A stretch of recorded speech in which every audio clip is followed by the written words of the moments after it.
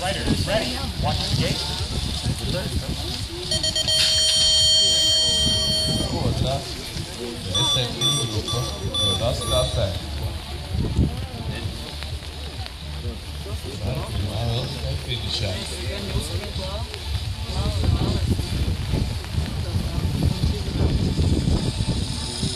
Un kā pirmais šobrīd?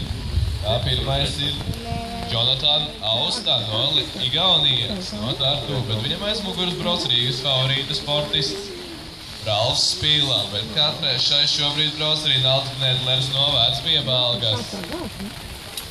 Un kā ceturtais Gustavs Ādams Grīnbergs. Viņš šķiet pēdējie metri.